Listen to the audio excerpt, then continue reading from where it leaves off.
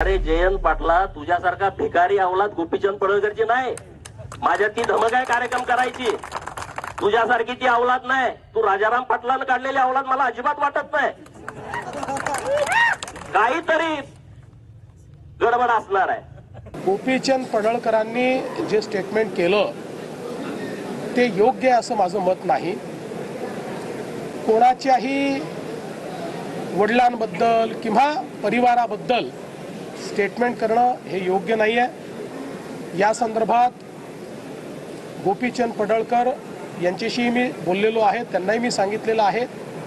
आणि मला शरद पवारांचा फोन आला होता, तेही या संदर्भात माझ्याशी बोलले. मी त्यांनाही सांगितलं की अशा प्रकारचं जे स्टेटमेंट आहे त्याचं आम्ही कधीच समर्थन करणार नाही.